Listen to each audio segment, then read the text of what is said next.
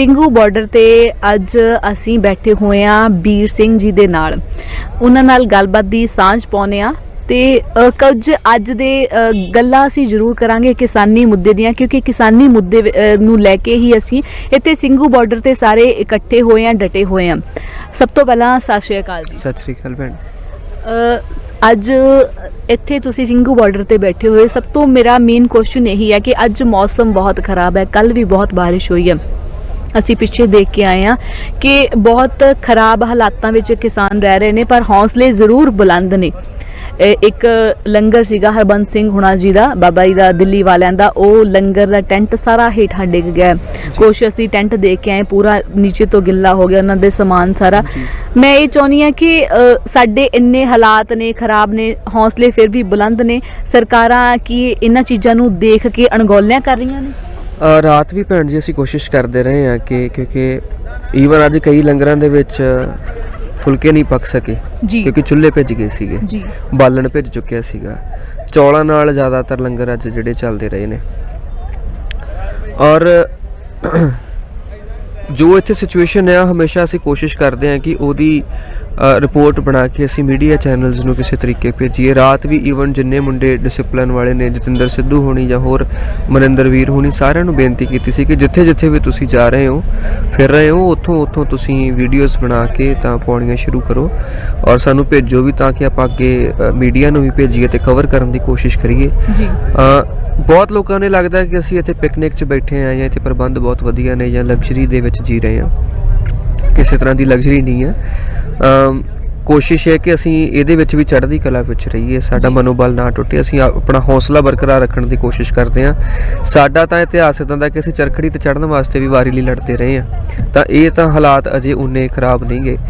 ਪਰ ਫਿਰ ਵੀ ਇੱਥੇ ਹੁਣ ਜਿਹੜਾ ਮੌਤਾਂ ਦਾ ਸਿਲਸਿਲਾ ਆ, ਸ਼ਹਾਦਤਾਂ ਦਾ ਸਿਲਸਿਲਾ ਜਿਹੜਾ ਸ਼ੁਰੂ ਹੋ ਗਿਆ। ਹੁਣ 18 ਸਾਲ ਦਾ ਬੱਚਾ ਸੀਗਾ ਜਿਹਦੀ ਪਰਸੋਂ ਡੈਥ ਹੋਈ, ਹਾਂਜੀ, ਟਿੱਕਰੀ ਬਾਰਡਰ ਤੇ। ਔਰ ਉਹਦਾ ਰੀਜ਼ਨ ਇਹ ਸੀਗਾ ਕਿ ਉਹ ਟਰਾਲੀ ਦੇ ਥੱਲੇ ਸੁੱਤਾ ਸੀਗਾ, ਗੱਦਾ ਗਿੱਲਾ ਹੋਣ ਕਰਕੇ, ਬਿਸਤਰ ਗਿੱਲਾ ਹੋਣ ਕਰਕੇ ਉਹਦਾ ਇੱਕ ਪਾਸਾ ਹੀ ਠੰਡ ਦੇ ਨਾਲ ਕਲੌਟ ਹੋ ਗਿਆ ਸੀਗਾ, ਤੇ ਉਹਦੇ ਕਰਕੇ ਉਹਨੂੰ ਹਾਰਟ ਦੀ ਟਰਬਲ ਹੋਈ ਤੇ ਪਤਾ ਵੀ ਨਹੀਂ ਲੱਗਿਆ ਕਿ ਕਿਹੜੇ ਵੇਲੇ ਉਹਦੀ ਜਾਨ ਜਾਂਦੀ ਰਹੀ। ਸੋ ਇਦਾਂ ਦੇ ਹਾਲਾਤਾਂ ਦੇ ਵਿੱਚ ਅਸੀਂ ਕੋਸ਼ਿਸ਼ ਕਰ ਰਹੇ ਹਾਂ ਕਿ ਆਪਣਾ ਮਨੋਬਲ ਟੁੱਟਣ ਨਾ ਦਈਏ। ਪਰ ਸਰਕਾਰ, ਮੈਨੂੰ ਹੈਰਾਨੀ ਇਸ ਗੱਲ ਦੀ ਹੈ ਕਿ ਤੁਹਾਡੇ ਸਿਰ ਤੇ ਇੱਕ ਬੰਦੇ ਦੀ ਜਾਨ ਦਾ ਵੀ ਦੋਸ਼ ਹੋਵੇ ਤਾਂ ਨੀਂਦ ਉੱਡ ਜਾਂਦੀ ਹੈ ਰਾਤ ਦੀ। ਪਰ ਪਤਾ ਨਹੀਂ ਕਿੱਦਾਂ ਦੇ ਇਹ ਹਾਕਮ ਨੇ ਸਾਡੇ, ਕਿ ਇਹਨਾਂ ਨੂੰ ਤਰਸ ਹੀ ਨਹੀਂ ਆਉਂਦਾ। ਅਸੀਂ ਜੇ ਪੁਰਾਣੇ ਸਮਿਆਂ ਦੀ ਦੇਖੀਏ, ਜਦੋਂ ਸਾਡੇ ਗੁਰੂ ਸਾਹਿਬਾਨ ਸੀ, ਉਦੋਂ ਦੇ ਵੀ ਹੁਕਮਰਾਨ ਕੁਝ ਇਦਾਂ ਦੇ ਸੀ। ਮੈਂ ਲੱਗਦਾ ਹੈ ਵੀ ਇਹ ਸੇਮ ਉਹੀ ਚੀਜ਼ ਬਣ ਕੇ ਸਾਡੇ ਸਾਹਮਣੇ ਆਏ ਨੇ। ਦੇਖੋ, ਇਨਡਾਇਰੈਕਟਲੀ ਹੈ ਤਾਂ ਉਹੀ ਚੀਜ਼ ਹੀ ਆ, ਕਿਉਂਕਿ ਕਹਿੰਦੇ ਤਾਂ ਹੈਗੇ ਆ ਮਨ ਕੀ ਬਾਤ ਕਰਾਂਗੇ ਜੀ ਜਨਤਾ ਕੇ ਸਾਥ, 56 ਇੰਚ ਦੀ ਛਾਤੀ, ਉਹ ਛਾਤੀ ਚੋਂ ਫੂਕ ਕਿਉਂ ਨਹੀਂ ਨਿਕਲ ਰਹੀ ਆਪਦੇ? ਕਿਉਂਕਿ ਸਰਕਾਰ ਜਿਹੜੀ ਆ ਉਹ ਤਾਂ ਮਾਈ ਬਾਪ ਹੁੰਦੀ ਆ, ਸਰਕਾਰ ਜਿਹੜੀ ਆ ਉਹ ਗਾਰਡੀਅਨ ਹੁੰਦੀ ਆ, ਆਪਣੇ ਲੋਕਾਂ ਦੀ ਪ੍ਰੋਟੈਕਸ਼ਨ ਵਾਸਤੇ ਬਣਾਈ ਜਾਂਦੀ ਹੈ, ਪ੍ਰਬੰਧਾਂ ਵਾਸਤੇ ਬਣਾਈ ਜਾਂਦੀ ਆ। ਤੇ ਜੇ ਸਰਕਾਰ ਆਪਣੇ ਲੋਕਾਂ ਦੀ ਗੱਲ ਨਹੀਂ ਸੁਣ ਸਕਦੀ, ਉਹਨਾਂ ਨਾਲ ਆ ਕੇ ਬੈਠ ਨਹੀਂ ਸਕਦੀ, ਤਾਂ ਇਹੋ ਜਿਹੀ ਸਰਕਾਰ ਨੂੰ ਅਸੀਂ ਕਰਨਾ ਕੀ ਹੈ? ਇਹੋ ਜਿਹੇ ਸਟਰਕਚਰ ਨੂੰ ਅਸੀਂ ਕਰਨਾ ਕੀ ਹੈ ਜਿਹੜਾ ਸਿਰਫ ਚੰਦ ਘਰਾਣਿਆਂ ਦੀ ਗੱਲ ਸੁਣ ਕੇ ਉਹਨਾਂ ਦੇ ਹਿਸਾਬ ਨਾਲ ਸਾਰੇ ਕਾਨੂੰਨ ਬੰਨੀ ਜਾਂਦਾ ਹੈ? ਇਹੋ ਜਿਹੀ ਸਰਕਾਰ ਤੋਂ ਅਸੀਂ ਲੈਣਾ ਕੀ ਹੈ? ਬਿਲਕੁਲ, ਇਹਨਾਂ ਦਾ ਕਹਿਣਾ ਇਹੀ ਹੈ ਕਿ ਜਿਹੜੀਆਂ ਸਰਕਾਰਾਂ ਨੇ ਉਹ ਮਾਈ ਬਾਪ ਦੀ ਤਰ੍ਹਾਂ ਨੇ, ਉਹਨਾਂ ਨੂੰ ਆਪਣੇ ਬੱਚਿਆਂ ਦਾ ਧਿਆਨ ਰੱਖਣਾ ਚਾਹੀਦਾ ਆ।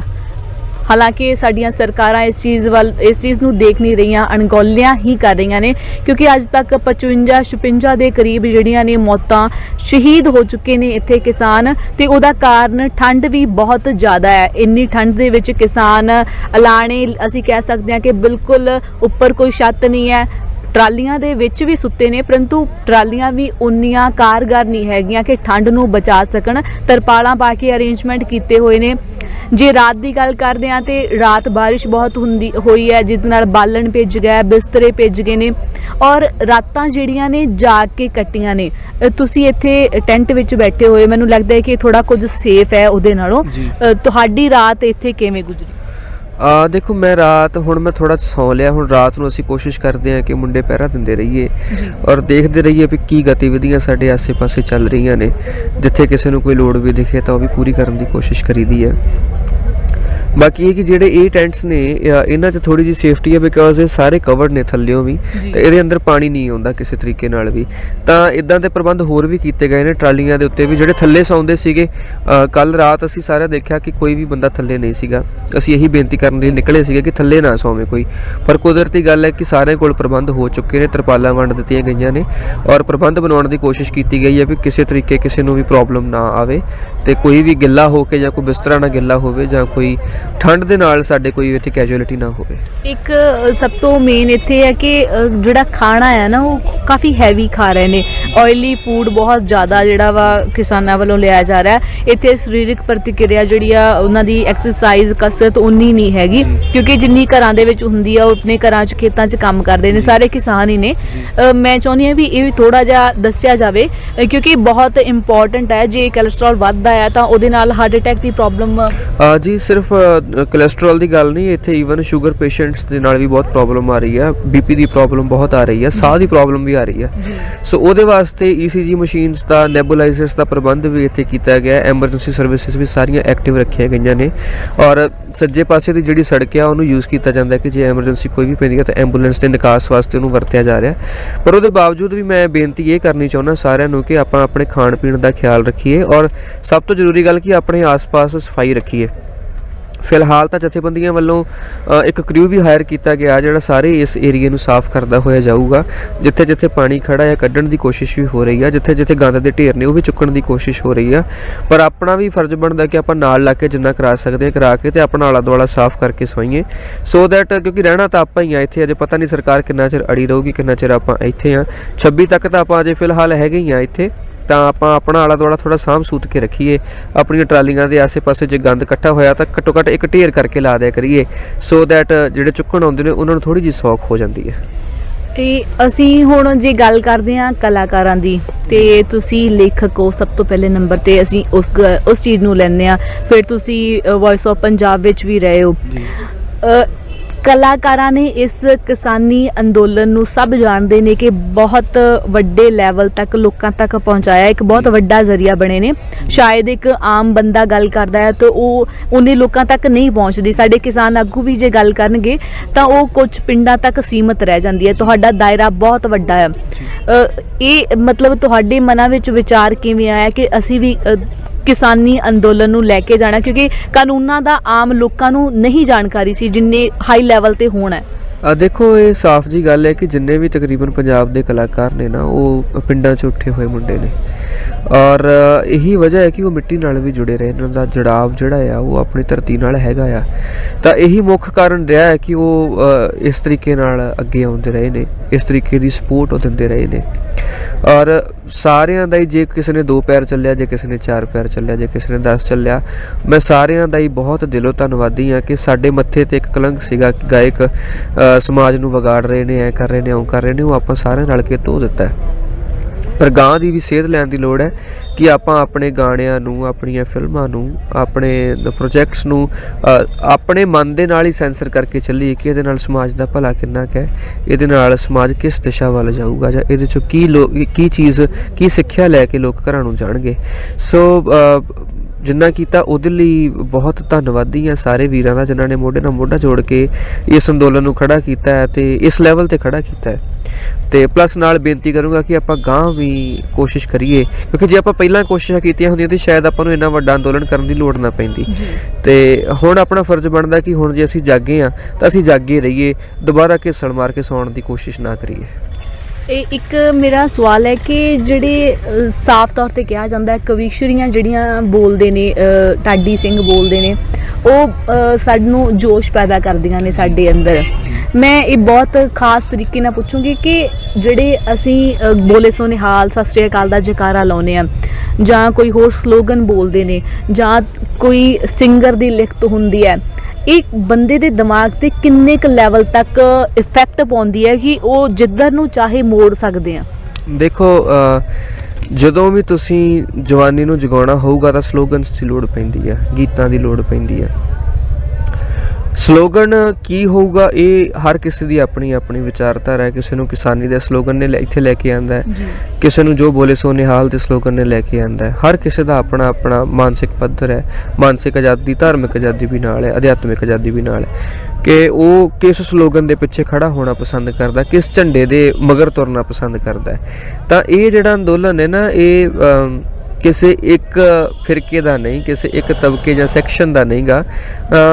ਜਿੱਦਾਂ ਆਪਾਂ ਕਹਿ ਦਈਏ ਵੀ ਅਲੱਗ-ਅਲੱਗ ਮਿਸਲਾਂ ਇਕੱਠੀਆਂ ਹੋ ਗਈਆਂ ਸੀ, ਇਹ ਵੀ ਉਸੇ ਤਰੀਕੇ ਨਾਲ ਹੈ। ਇੱਥੇ ਹਰ ਰੰਗ ਦਾ ਝੰਡਾ ਹੈ।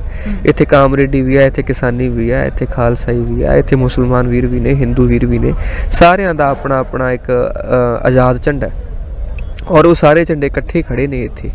ਸਭ ਤੋਂ ਸੋਹਣੀ ਗੱਲ ਇਹੀ ਹੈ ਕਿ ਇੱਥੇ ਆਪਾਂ ਪ੍ਰਮਾਣ ਦਿੱਤਾ ਹੈ ਕਿ ਜਿਹੜੀ ਇੰਡੀਆ ਦੀ ਡਾਇਵਰਸਿਟੀ ਆ, ਜਿਹਨੂੰ ਦੱਬਣ ਦੀ ਕੋਸ਼ਿਸ਼ ਬਾਰ-ਬਾਰ ਕੀਤੀ ਗਈ ਆ, ਉਹ ਡਾਇਵਰਸਿਟੀ ਨੇ ਆਪਣਾ ਪਿਆਰ ਜਿਹੜਾ ਨਾ ਉਹ ਦੁਬਾਰਾ ਇੱਥੋਂ ਆ ਕੇ ਉਜਾਗਰ ਕੀਤਾ ਤੇ ਕਰਕੇ ਸਮਾਜ ਵਾਸਤੇ ਇੱਕ ਐਗਜ਼ਾਮਪਲ ਸੈੱਟ ਕੀਤੀ ਹੈ ਕਿ ਯੂਨਿਟੀ ਇਨ ਡਾਇਵਰਸਿਟੀ ਦਾ ਮਤਲਬ ਕੀ ਹੁੰਦਾ।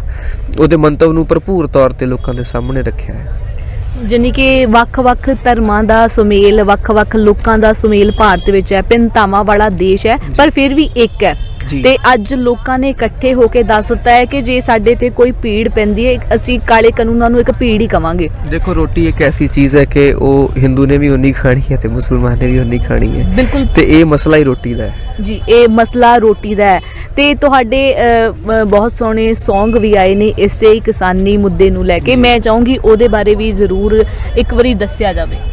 ਮੇਰਾ ਗੀਤ ਸੀਗਾ ਜੀ ਅਕਲਾਂ ਨੂੰ ਧਾਰ ਲਗਾਓ ਮਿੱਟੀ ਦੇ ਪੁੱਤਰੋ ਵੇ, ਉਹ ਰਿਲੀਜ਼ ਹੋਇਆ ਸੀਗਾ।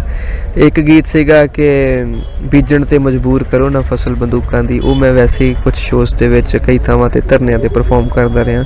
ਲੋਕੀ ਬੜੇ ਚਾਅ ਨਾਲ ਸੁਣਦੇ ਰਹੇ ਆ। ਇਹ ਦੰਬੂਕਾਂ ਬੀਜਣੀਆਂ ਇੱਕ ਅਸੀਂ ਸ਼ਬਦ ਸੁਣਿਆ ਸੀਗਾ। ਜ਼ਿਲ੍ਹਿਆਂਵਾਲੇ ਬਾਗ ਤੋਂ ਮਿੱਟੀ ਚੱਕ ਕੇ ਖੜੀ ਸੀਗੀ, ਉਹਦੇ ਬਾਰੇ ਵੀ ਜ਼ਰੂਰ ਇਹਦੇ ਨਾਲ ਮੈਨੂੰ ਲੱਗਦਾ ਹੈ ਕੋਰਿਲੇਟ ਹੁੰਦਾ ਹੈ।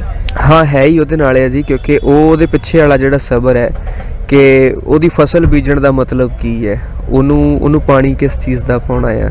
ਜਿੱਦਾਂ ਗੁਰੂ ਸਾਹਿਬ ਵੀ ਕਹਿੰਦੇ ਮਨ ਹਾਲੀ ਕਿਰਸਾਣੀ ਕਰਨੀ ਹੈ ਨਾ, ਤਾਂ ਉਹ ਕਿਰਸਾਣੀ ਕੀ ਹੈ, ਉਹਦੇ ਵਿੱਚ ਅਸੀਂ ਗਿਆਨ ਨੂੰ ਕਿੱਦਾਂ ਪਾ ਰਹੇ ਹਾਂ, ਉਹਦੇ ਵਿੱਚ ਅਸੀਂ ਚਿੰਗਾਰੀ ਕੀ ਲੈ ਕੇ ਚੱਲ ਰਹੇ ਹਾਂ। ਸਾਡੇ ਦਿਲ ਦੇ ਵਿੱਚ ਜਿਹੜਾ ਇਨਕਲਾਬ ਅਸੀਂ ਭਰੀ ਬੈਠੇ ਹਾਂ, ਉਹ ਇਨਕਲਾਬ ਕੀ ਚੀਜ਼ ਹੈ।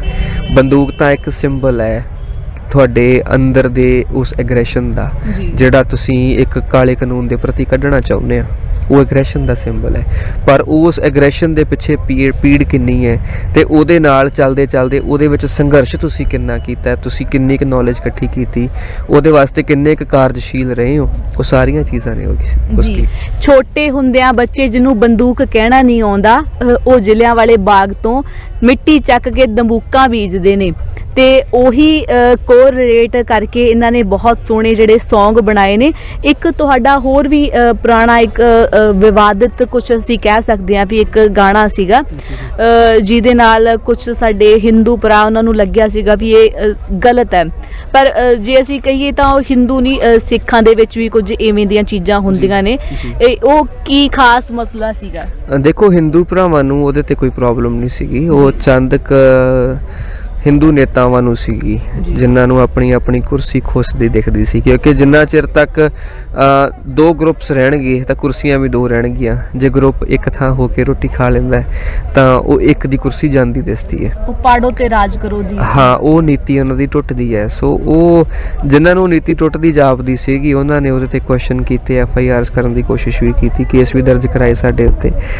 ਤੇ ਪਰ ਮੈਨੂੰ ਕੋਈ ਜਵਾਬ ਖਾਸ ਦੇਣਾ ਨਹੀਂ ਪਿਆ। ਉਹ ਲੋਕਾਂ ਦੇ ਪਿਆਰ ਨੇ ਆਪੇ ਜਵਾਬ ਦੇ ਦਿੱਤਾ ਉਹਨਾਂ ਨੂੰ, ਤੇ ਆਪੇ ਉਹਨਾਂ ਨੇ ਕਈਆਂ ਨੇ ਵਿਦਡਰਾ ਕਰ ਲਏ, ਕੋਈ ਹੋਣਗੇ ਤਾਂ ਸਾਹਮਣੇ ਆ ਜਾਣਗੇ।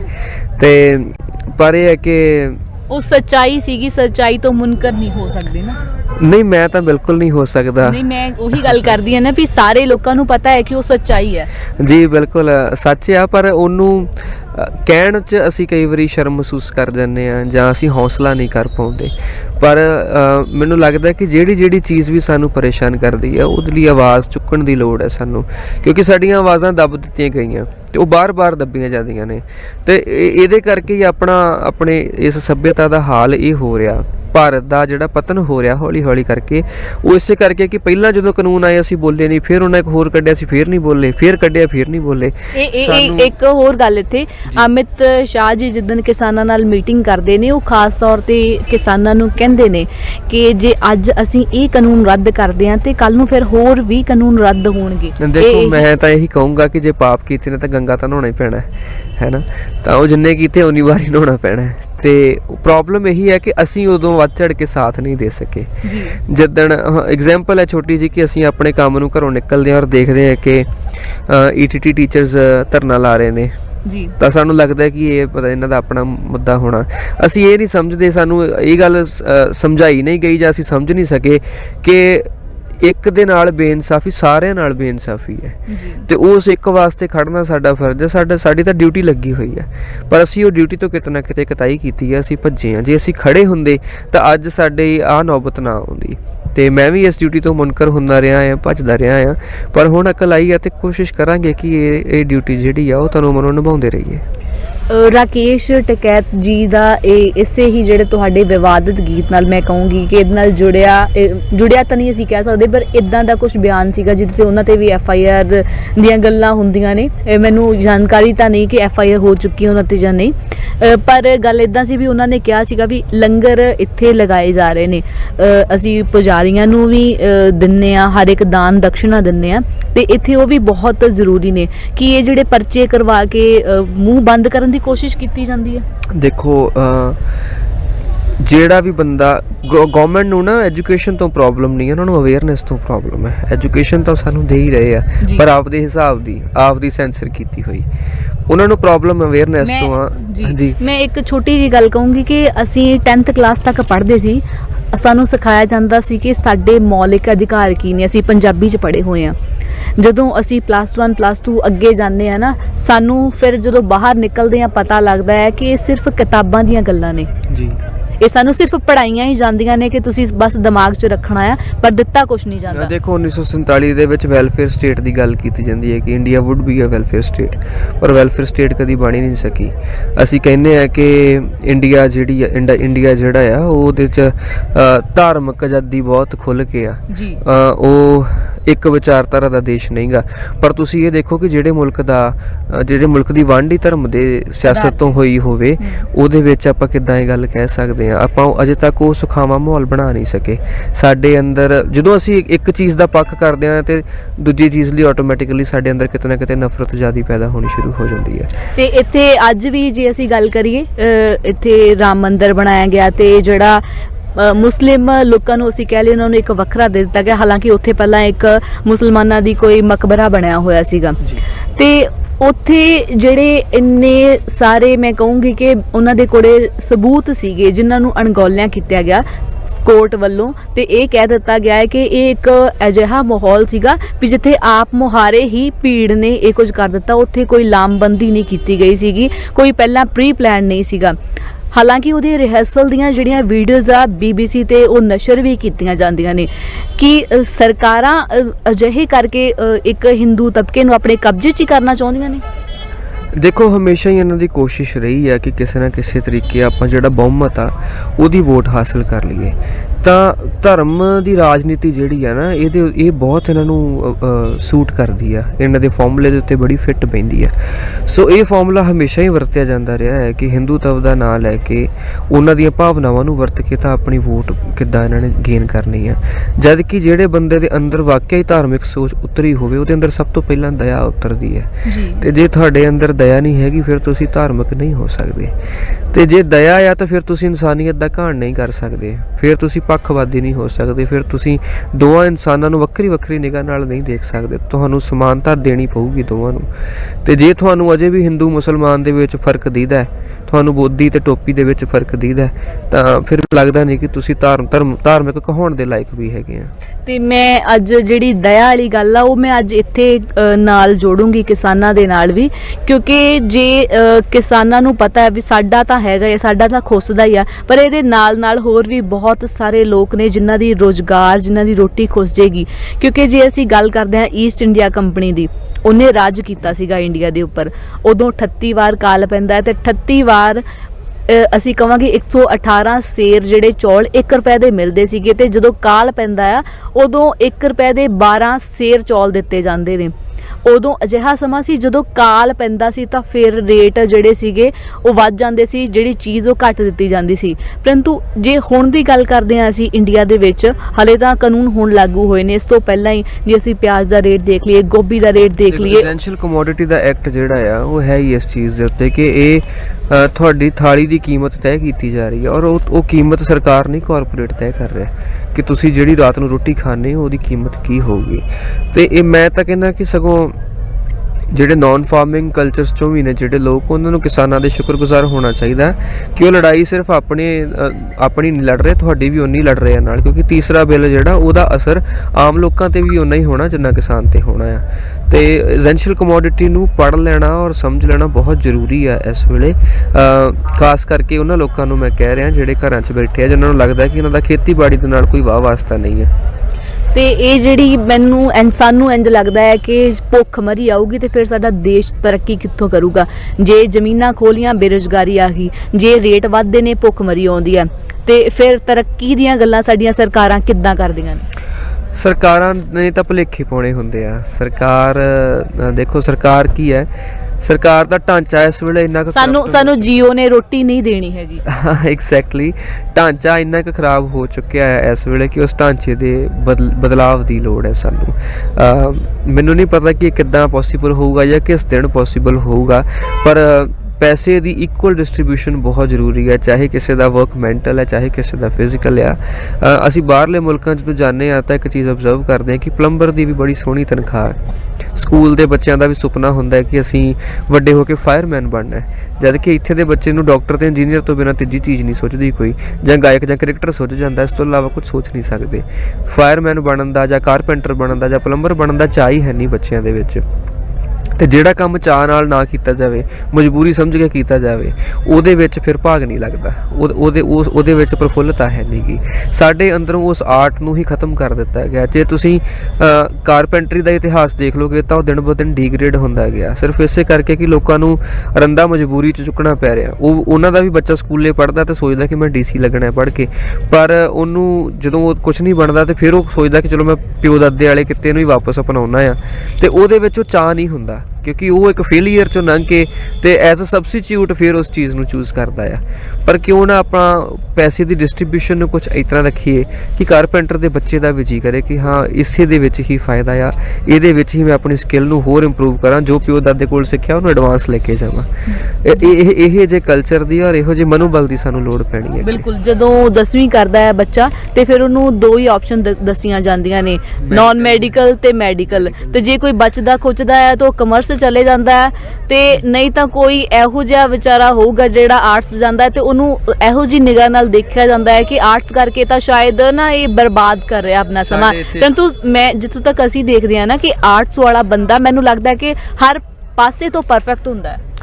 ਨਹੀਂ, ਆਪਾਂ ਇਹ ਨਹੀਂ ਕਹਿ ਸਕਦੇ ਸਾਰੇ ਆਪਣੇ ਆਪ 'ਚ ਪਰਫੈਕਟ ਬਣਨ ਦੀ ਨਹੀਂ, ਮੈਂ ਕਿਉਂਕਿ ਜਿਹੜਾ ਮੈਡੀਕਲ ਵਾਲਾ ਬੰਦਾ ਹੈ ਉਹਦੇ ਲਈ ਇੱਕ ਸਿੰਗਲ ਲਾਈਨ ਆ, ਪਰ ਆਰਟਸ ਵਾਲੇ ਬੰਦੇ ਦੇ ਲਈ ਬਹੁਤ ਸਾਰੇ ਲਾਈਨਾਂ ਖੁੱਲੀਆਂ ਹੋਈਆਂ। ਸਬਸਟੀਟਿਊਟ ਦੋਵੇਂ ਪਾਸੇ ਹੋ ਜਾਂਦਾ ਉਹਦਾ, ਕਿਉਂਕਿ ਉਹ ਆਪਸ਼ਨਲ ਸਬਜੈਕਟਸ ਲੈ ਕੇ ਤੁਸੀਂ ਦੋਵੇਂ ਪਾਸੇ ਖੇਡ ਸਕਦੇ ਆ।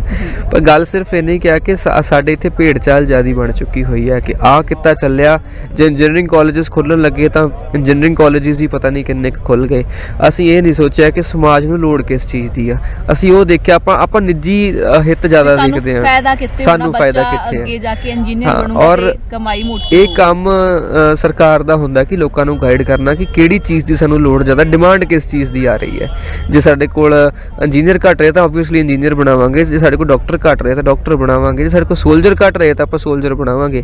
ਪਰ ਹਰੇਕ ਕਿੱਤੇ ਨੂੰ ਹੁਣ ਦੇਖੋ, ਕਿਸਾਨੀ ਜਿਹਦੇ ਤੇ ਪੂਰੇ ਭਾਰਤ ਦੀ ਇਕਨੋਮੀ ਡਿਪੈਂਡ ਕਰਦੀ ਹੈ, ਕਿਸਾਨੀ ਬਾਰੇ ਸਾਨੂੰ ਸਕੂਲ 'ਚ ਸਿਖਾਇਆ ਹੀ ਨਹੀਂ ਜਾਂਦਾ। ਸਾਨੂੰ ਕੰਪਿਊਟਰ ਵੀ ਸਿਖਾ ਦਿੱਤਾ ਜਾਂਦਾ। ਮੈਂ ਜਦੋਂ ਆਪਣੀ ਡਿਗਰੀ ਕਰਦਾ ਸੀ ਮੈਨੂੰ ਬਾਕੀ ਕਿਤੇ ਵੀ ਥੋੜੇ ਸਿਖਾਏ ਗਏ, ਪਰ ਮੈਨੂੰ ਕਿਸਾਨੀ ਬਾਰੇ ਕਦੇ ਸਿਖਾਇਆ ਹੀ ਨਹੀਂ ਗਿਆ। ਕਿਸਾਨੀ ਵਾਸਤੇ ਸਿਰਫ ਐਗਰੀਕਲਚਰ ਯੂਨੀਵਰਸਿਟੀਜ਼ ਦੇ ਵਿੱਚ ਤੁਸੀਂ ਜੇ ਅਡੋਪਟ ਕਰਦੇ ਹੋ ਸਬਜੈਕਟ ਤਾਂ ਫਿਰ ਆ, ਪਰ ਉੱਦਾਂ ਸਾਨੂੰ ਕਦੀ ਦੱਸਿਆ ਨਹੀਂ ਗਿਆ ਕਿ ਇੱਕ ਬੂਟਾ ਵੀ ਬੀਜਣਾ ਤਾਂ ਕਿੱਦਾਂ ਬੀਜਣਾ। ਇੱਥੇ ਕਈ ਵਾਰੀ ਮੈਂ ਦੇਖਿਆ ਕਿ ਜਦੋਂ ਤੁਸੀਂ ਕਰਦੇ ਆ ਨਾ ਕਿ ਆਪਾਂ ਬੂਟੇ ਲਾਉਣੇ ਜਾਂ ਕੁਝ, ਕਈ ਮੈਂ ਮੇਰੀ ਉਮਰ ਦੇ ਨਿਆਣੇ ਉਹ ਦੇਖੇ ਕਿ ਜਿਹੜੇ ਲਿਫਾਫੇ ਸਣੇ ਬੂਟਾ ਬੀਜ ਰਹੇ ਹੁੰਦੇ ਆ, ਜਿਨ੍ਹਾਂ ਨੂੰ ਇਹ ਵੀ ਨਹੀਂ ਪਤਾ ਕਿ ਲਿਫਾਫਾ ਲਾ ਕੇ ਬੂਟਾ ਬੀਜਣਾ ਹੈ ਨਾ। ਸਾਡੇ ਅੰਦਰ ਉਹ ਚੀਜ਼ ਉਹਨਾਂ ਨੇ ਕਦੀ ਪਾਈ ਨਹੀਂ, ਸਾਨੂੰ ਫੀਡ ਹੀ ਨਹੀਂ ਕੀਤੀ। ਸੋ ਇਹ ਰੁਝਾਨ ਜਿਹੜੇ ਆ ਨਾ ਉਹ ਆਪਸ ਦੇ ਵਿੱਚ ਜੇ ਸਰਕਾਰ ਨਹੀਂ ਕਰ ਰਹੀ ਤਾਂ ਸਾਨੂੰ ਸੁਚੇਤ ਹੋਣਾ ਪੈਣਾ, ਕਿਉਂਕਿ ਮੈਨੂੰ ਲੱਗਦਾ ਵੀ ਇਹ ਸ਼ਾਇਦ ਹੋ ਸਕਦਾ ਵੀ ਇੰਨੇ ਸਮੇਂ ਤੋਂ ਇਹ ਬਿੱਲ ਲਿਆਉਣ ਦੀਆਂ ਤਿਆਰੀਆਂ ਸੀਗੀਆਂ ਤੇ ਤਾਂ ਕਰਕੇ ਸਾਨੂੰ ਇਹਨਾਂ ਚੀਜ਼ਾਂ ਵੱਲ ਮੋੜਿਆ ਹੀ ਨਹੀਂ ਗਿਆ। ਆਜ਼ਾਦੀ ਤੋਂ ਬਾਅਦ ਹੀ ਸ਼ੁਰੂ ਹੋ ਗਈਆਂ ਸੀਗੀਆਂ, ਨਾਲ ਦੇ ਨਾਲ ਹੀ ਕਿੱਦਾਂ ਪਹਿਲਾਂ ਹਾਈਬ੍ਰਿਡ ਸੀਡਸ ਲਿਆਂਦੇ, ਫਿਰ ਟਰਮੀਨੇਟਰ ਸੀਡਸ ਲਿਆਂਦੇ, ਕਿੱਦਾਂ ਇਹ ਤਾਂ ਵੈਸੇ ਕੋਸ਼ਿਸ਼ ਤਾਂ 1907 ਚ ਹੋਈ ਸੀ, ਪਹਿਲਾਂ ਗੋਰਿਆਂ ਨੇ ਕੀਤੀ ਸੀ ਕਿ ਕੋਲੋਨਾਈਜੇਸ਼ਨ ਕਰਕੇ ਕਿੱਦਾਂ ਆਪਾਂ ਕੰਟਰੈਕਟ ਫਾਰਮਿੰਗ ਨੂੰ ਇੱਥੇ ਲਾਗੂ ਕਰ ਸਕਦੇ ਹਾਂ। ਚਲੋ ਉਦੋਂ ਵੀ ਆਪਣੇ ਬੰਦਿਆਂ ਨੇ ਖੜ ਕੇ 9 ਮਹੀਨੇ ਲਗਾਤਾਰ ਪ੍ਰੋਟੈਸਟ ਕਰਕੇ ਤਾਂ ਉਹ ਤਿੰਨੇ ਹੀ ਬਿੱਲ ਜਿਹੜੇ ਸੀ ਉਹ ਫੇਲ ਕੀਤੇ ਸੀਗੇ, ਰੱਦ ਕਰਾ ਦਿੱਤੇ ਸੀਗੇ। ਪਰ ਉਹ ਇਤਿਹਾਸ ਫੇਰ ਦੁਹਰਾਉਣ ਦੀ ਕੋਸ਼ਿਸ਼ ਕੀਤੀ, ਪਰ ਚਲੋ ਉਦੋਂ ਨਹੀਂ ਮੰਨੇ, ਕੋਈ ਨਹੀਂ, ਹੌਲੀ ਟਾਈਮ ਥੋੜਾ ਜਿਹਾ ਹੋਰ ਲੈਂਦੇ ਆ, ਕਰਦੇ ਸਾਨੂੰ ਫੇਰ ਉਸ ਕਗਾਰ ਤੇ ਲੈ ਆਏ। ਤੇ ਉਦੋਂ ਨਹੀਂ ਸੀ ਮੰਨੇ, ਉਦੋਂ ਵੀ ਬਹੁਤ ਅਸੀਂ ਕਹਿ ਸਕਦੇ ਹਾਂ ਵੀ ਜਜ਼ਬੇ ਵਾਲੇ ਸੀਗੇ ਉਦੋਂ ਦੇ ਲੋਕ। ਹੁਣ ਇਹਨਾਂ ਸੋਚਿਆ ਸੀਗਾ ਅੱਧੇ ਕ ਬਾਹਰ ਘਲਤੇ ਨੇ ਤੇ ਅੱਧੇ ਕ ਨਸ਼ਿਆਂ ਤੇ ਲਾਤੇ ਨੇ, ਪਰ ਇਹ ਆ ਕਿੱਥੋਂ ਖੜੇ ਹੋ ਗਏ ਨੇ? ਇਹਨਾਂ ਦਾ ਮੈਨੂੰ ਲੱਗਦਾ ਕਿ ਮੋਦੀ ਹੋਣਾ ਦਾ ਨਾ ਸਿੱਖਾਂ ਨਾਲ ਜਾਂ ਪੰਜਾਬੀਆਂ ਨਾਲ ਬਾਹਰ ਥੋੜਾ ਜਿਹਾ ਘੱਟ ਪਿਆ, ਇਹਨਾਂ ਨੂੰ ਪਤਾ ਨਹੀਂ ਸੀਗਾ ਵੀ ਇਹਨਾਂ ਨੇ ਕੀ ਕਰ ਦੇਣਾ। ਤੇ ਜਦੋਂ ਪੰਜਾਬ ਉੱਠਿਆ ਤਾਂ ਹਰਿਆਣੇ ਨੇ ਵੀ ਕਿਹਾ ਕਿ ਹਾਂ ਸਾਡਾ ਵੱਡਾ ਭਾਈ ਅੱਗੇ ਲੱਗਿਆ ਤਾਂ ਅਸੀਂ ਵੀ ਨਾਲ ਚੱਲਾਂਗੇ, ਔਰ ਉਹਦੇ ਨਾਲ ਕਰਦਿਆਂ ਮੋਢੇ ਨਾਲ ਮੋਢਾ ਜੁੜਦਾ ਸਾਰਾ ਹੀ ਭਾਰਤ ਖੜਾ ਹੋ ਗਿਆ ਇਹਨਾਂ ਦੇ ਖਿਲਾਫ। ਹੁਣ ਤੁਸੀਂ ਜੇ ਦੇਖੋ ਤਾਂ ਮੀਡੀਆ ਨਹੀਂ ਕਵਰ ਕਰ ਰਿਹਾ, ਨੈਸ਼ਨਲ ਮੀਡੀਆ ਜਿਹੜਾ, ਪਰ ਭਾਰਤ ਦੇ ਹਰ ਕੋਨੇ ਨੂੰ ਤੁਸੀਂ ਜਦੋਂ ਦੇਖੋਗੇ ਤਾਂ ਉਹਦੇ ਵਿੱਚ ਪ੍ਰੋਟੈਸਟ ਚੱਲ ਰਿਹਾ ਜੀ। ਮਹਾਰਾਸ਼ਟਰ 'ਚ ਆਪਣੀ ਥਾਂ ਹੈ, ਸਾਊਥ ਦੇ ਵਿੱਚ ਆਪਣੀ ਥਾਂ ਚੱਲ ਰਿਹਾ, ਸੋਸ਼ਲ ਮੀਡੀਆ ਇਸ ਨੂੰ ਦਿਖਾ ਰਿਹਾ ਹੈ। ਸੋਸ਼ਲ ਮੀਡੀਆ ਹੀ ਸਾਡੇ ਕੋਲ ਇੱਕ ਪਲੇਟਫਾਰਮ, ਪਰ ਉੱਤੇ ਵੀ ਸਾਨੂੰ ਦਬਾਉਣ ਦੀ ਕੋਸ਼ਿਸ਼ ਬਹੁਤ ਵਾਰ ਕੀਤੀ ਜਾਂਦੀ ਹੈ ਜੀ। ਈਵਨ ਮੈਂ ਵੀ ਕਈ ਵਾਰੀ ਪੋਸਟਾਂ ਪਾਉਣਾ ਆ ਤਾਂ ਉਹਨਾਂ ਨੂੰ ਜੇ ਅਸੀਂ ਪ੍ਰਮੋਸ਼ਨ ਲਾਉਂਦੇ ਆ ਤਾਂ ਪ੍ਰਮੋਟ ਨਹੀਂ ਕਰਨ ਦਿੰਦੇ, ਕਈ ਵਾਰੀ ਆਟੋਮੈਟਿਕਲੀ ਉਹਦੀ ਰੀਚ ਘਟਾ ਦਿੱਤੀ ਜਾਂਦੀ ਹੈ ਜਾਂ ਕਈ ਵਾਰੀ ਡਿਲੀਟ ਵੀ ਕਰ ਦਿੱਤੀਆਂ ਜਾਂਦੀਆਂ ਸਾਡੀਆਂ ਪੋਸਟਾਂ। ਉਹਦਾ ਰੀਜ਼ਨ ਇਹੀ ਹੈ ਕਿ ਇਹਨਾਂ ਦੀ ਗੱਲ ਜਿਹੜੀ ਆ ਉਹ ਕਿਤੇ ਪਹੁੰਚ ਨਾ ਜਾਵੇ ਜੀ।